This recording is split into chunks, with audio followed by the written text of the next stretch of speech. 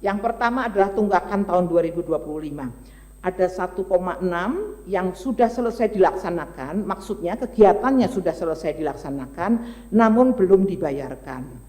Akan dibayarkan dengan mekanisme tunggakan melalui DIPA tahun 2026. Ini yang kami sekarang sedang dalam proses untuk melakukan revisi-revisi anggaran dengan DJA. Tapi ada beberapa ketentuan yang disyaratkan agar direview terlebih dahulu.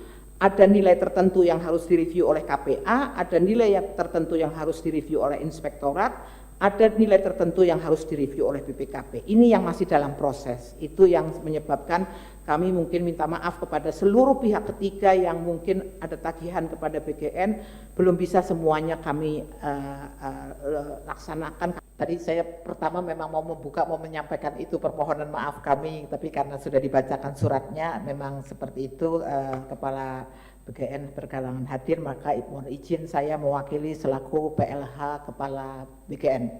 Jadi sesuai agenda kita hari ini adalah kami menyampaikan pertanggungjawaban kami atas laporan keuangan BGN yang sudah dilakukan audit oleh BPK tahun anggaran 2025. Nah, sebagaimana di dalam slide, next ya, next. Nah, Ibu dan Bapak, kami perlu sampaikan bahwa laporan keuangan ini setelah dilakukan audit oleh BPK dan sudah ada opini dari BPK yaitu wajar tanpa pengecualian atau WTP, dan artinya bahwa seluruh proses laporan keuangan telah disusun dengan sistem pengendalian internal yang memadai dan disajikan informasinya sesuai dengan standar akuntansi pemerintah. Itu kenapa kemudian diberikan opini WTP oleh BPK. Itu catatan pertama kami dari BGN. Nah, mengenai angka-angkanya ada beberapa hal yang kami sampaikan. Laporan realisasi anggaran, ada di situ jumlah pendapatan. Nah, mungkin ada pertanyaan jumlah pendapatan itu dari mana, karena kami tidak melakukan operasionalisasi untuk membuat PNBP dan sebagainya. Itu sebenarnya adalah pengembalian belanja tahun 2024. Jadi ada kelebihan belanja tahun 2024 yang kemudian dikembalikan di tahun 2025, maka dicatatlah di dalam pos pendapatan. Kemudian jumlah belanja 51,5 T, itu di dalamnya termasuk juga belanja untuk program makan bergizi gratis. Kemudian di sisi neraca ada jumlah aset 5 triliun, jumlah kewajiban 1 triliun sekian. Mungkin saya tidak usah menyebutkan angkanya satu persatu karena Ibu dan Bapak juga sudah mendapatkan bahan tertulisnya dan sebagaimana juga bahan tayangannya. Kemudian secara operasional ada defisit laporan ke operasional karena memang kami tidak melakukan usaha yang bersifat tadi ada PNBP, maka memang beban operasional akan lebih besar daripada pendapatan yang ada, sehingga di situ masuk dalam kategori defisit laporan operasional 47,9 T. Dan terakhir adalah ekuitas akhir 3,5. Nah, ini secara umum gambarannya. Kemudian bagaimana detailnya secara angka pendapatan, next slide. Nah, laporan keuangan akan selalu disusun secara perbandingan. Jadi tahun 2024 dan tahun 2025. Tahun 2024 baru pertama berdiri BGN, maka memang secara angka banyak yang masih nol. Angka-angkanya tahun 2024. Nah, ini yang kita lihat di tahun 2025. Tadi yang sudah saya jelaskan ada pendapatan PNBP, tapi sebenarnya ini bukan pendapatan PNBP nih, hanya memang posnya adanya itu, maka masuknya ke situ. Sebenarnya ini adalah pengembalian dari beban tahun 2024. Kemudian belanja pegawai di situ secara anggaran 3,3 T, tapi memang baru terrealisir 117. Kalau kita lihat angka deviasinya cukup besar, kenapa begitu? Karena salah satunya pegawai P3K yang semula direncanakan akan kami angkat sebagai P3K batch ketiga tahun 2025 tidak terrealisir di 2025, tetapi terrealisir di tahun 2026, maka memang angkanya realisasinya menjadi kecil. Kemudian belanja barang dari 73 T terrealisir hanya 48. Nah, itu angkanya juga realisasinya cukup rendah, hanya 66%. Itu antara lain adalah karena sebenarnya pada saat proses berjalan belum selesai atau dalam tanda kutip anggarannya belum habis lah ya, BKN mengajukan ABT 14T, padahal pada akhirnya tidak terserap juga, maka angkanya cukup besar di situ, realisasinya hanya 66%. Dan itu termasuk di dalamnya adalah pengembalian belanja Banpers 12T dan ada tunggakan-tunggakan. Nah ini yang nanti mungkin PR bagi kami untuk menyelesaikan tunggakan-tunggakan karena itu menjadi tanggung jawab kami sekarang di tahun 2026. Lalu belanja modal dari 8T terrealisir hanya 2T sehingga hanya 33,43%. Kemudian belanja itu menjadi apa saja, maka menjadi aset, salah satunya belanja dibayar di muka, yaitu sewa gedung. Gedung BKN adalah gedung sewa, 4 tahun, maka hanya diakui 1 tahun sebagai biaya.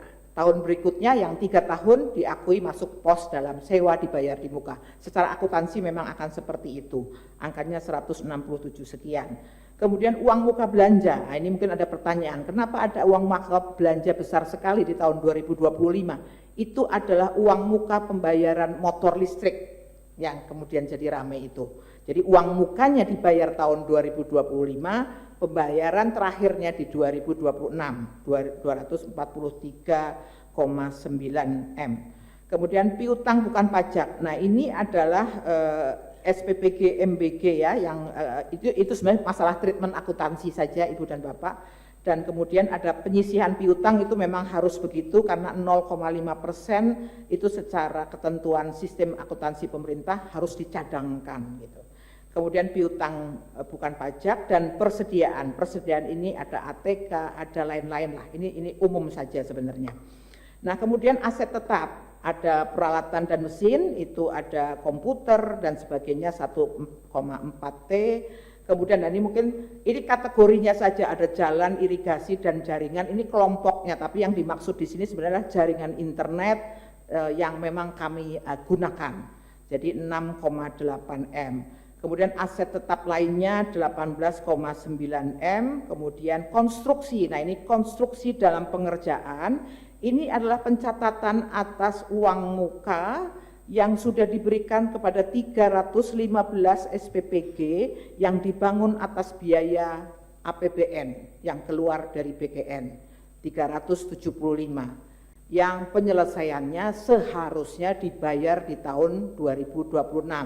Tapi di tahun 2026 ini belum bisa dieksekusi karena memang juga anggarannya tidak disediakan lagi oleh Kementerian Keuangan. Kemudian akumulasi penyusutan aset tetap itu sesuatu yang biasa. Kemudian aset tak berwujud adalah bentuknya software dan sebagainya. Kemudian dana yang dibatasi penggunaannya 1,9 dan akumulasi 68,8 M. Kemudian, nah ini Ibu dan Bapak, kami masih memiliki hutang kepada pihak ketiga. Next slide. Hutang kepada pihak ketiga sejumlah 1,4T.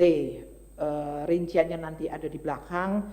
Ini yang menjadi tugas kami untuk menyelesaikan, dan kami sudah berdiskusi dengan Direktorat Jenderal Anggaran karena memang ada banyak item yang kami minta mulai untuk dicicil lah, dibayar supaya mengurangi beban pikiran kami juga Pak, namanya utang kan harus diselesaikan. Nanti rinciannya ada di belakang. Kemudian ekuitas 3,5T. Nah ini secara pendapatan, sekali lagi pendapatan penerimaan negara bukan pajak sebenarnya adalah tadi pengembalian dari tahun 2025, kemudian beban pegawai 117, beban persediaan, beban barang dan jasa, beban pemeliharaan, beban perjalanan dinas. Nah ini beban barang untuk diserahkan kepada masyarakat itu adalah sebenarnya karena mekanisme untuk program MBG ini adalah sifatnya Banpers, maka itu dicatat sebagai beban barang untuk diserahkan kepada masyarakat. Ini nama saja, nama pengkategorian di dalam laporan keuangan. Kemudian beban penyusutan dan beban penyisian piutang tak terdagih, jadi total seluruhnya adalah 47,9. Nah ini juga pendapatan kegiatan non operasional lainnya, ini biasanya jasa bunga, jasa giro dan sebagainya. Nah Untuk ekuitas awal ini angkanya, kemudian untuk surplus defisit tadi sudah dijelaskan, dan juga ada beberapa revaluasi. Nah ini ekuitas akhirnya 3,5. Nah Ibu dan Bapak, ada beberapa catatan penting karena laporan keuangan itu tidak hanya terdiri dari angka-angka di dalam laporan keuangan, tetapi ada yang disebut dengan catatan atas laporan keuangan, yaitu penjelasan kualitatif. Yang pertama adalah tunggakan tahun 2025. Ada 1,6 yang sudah selesai dilaksanakan, maksudnya kegiatannya sudah selesai dilaksanakan, namun belum dibayarkan. Akan dibayarkan dengan mekanisme tunggakan melalui DIPA tahun 2026. Ini yang kami sekarang sedang dalam proses untuk melakukan revisi-revisi anggaran dengan DJA. Tapi ada beberapa ketentuan yang disyaratkan agar direview terlebih dahulu. Ada nilai tertentu yang harus direview oleh KPA, ada nilai yang tertentu yang harus direview oleh inspektorat, ada nilai tertentu yang harus direview oleh BPKP. Ini yang masih dalam proses. Itu yang menyebabkan kami mungkin minta maaf kepada seluruh pihak ketiga yang mungkin ada tagihan kepada BGN, belum bisa semuanya kami laksanakan, kami bayarkan karena masih ada proses. Kemudian ada 870 neraca per 31 Desember 2025 telah dilakukan koreksi kepada utang kepada pihak ketiga. Nah ini juga karena ada potensi akan mengalami kenaikan atau penurunan sejumlah tagihannya.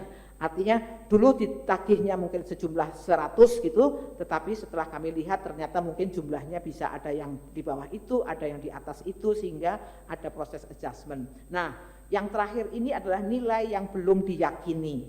Artinya pihak DJA belum bisa menganggap ini diakui sebagai hutang kepada pihak ketiga karena belum memenuhi kualifikasi bahwa itu hutang kepada pihak ketiga.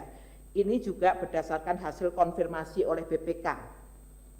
Hasil review yang telah dilakukan oleh tim review tunggakan di internal kami sendiri, sehingga ini belum masuk ke dalam catatan laporan keuangan, tapi harus kami catat di dalam catatan atas laporan keuangan, karena bagaimanapun juga ini adalah potensi tagihan yang harus kami selesaikan kepada pihak ketiga, sejumlah 743 M.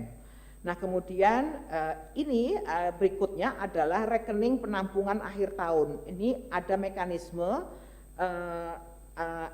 disebut RPATA ya. RPATA itu sebenarnya penyelesaian pembayaran tahun 2025 sudah lewat tahun anggaran, tapi bisa diselesaikan. Nah ini antara lain waktu itu dipakai untuk melunasi motor, untuk melunasi IoT, untuk melunasi beberapa proses pengadaan. Nah kemudian termasuk ini yang 340 itu waktu itu ada koreksi dari rencana motor yang semula 25.000 menjadi 21.000 sehingga ada koreksi lagi. Tapi intinya yang sebelah kanan itu adalah semua yang terkait dengan motor listrik itu. Nah kemudian ada 248 kontrak yang diproses melalui mekanisme RPATA, namun ini masih dibatasi penggunaannya, artinya masih diblokir lah oleh Kementerian Keuangan karena masih ada proses-proses yang ya mungkin Ibu Bapak tahu sendiri karena kebetulan ada beberapa permasalahan setelah itu. Subscribe, share, like, and comment. Subscribe, share, like, and comment. Subscribe, share, like, and comment. Subscribe, share, like, and comment. Subscribe, share, like, and comment.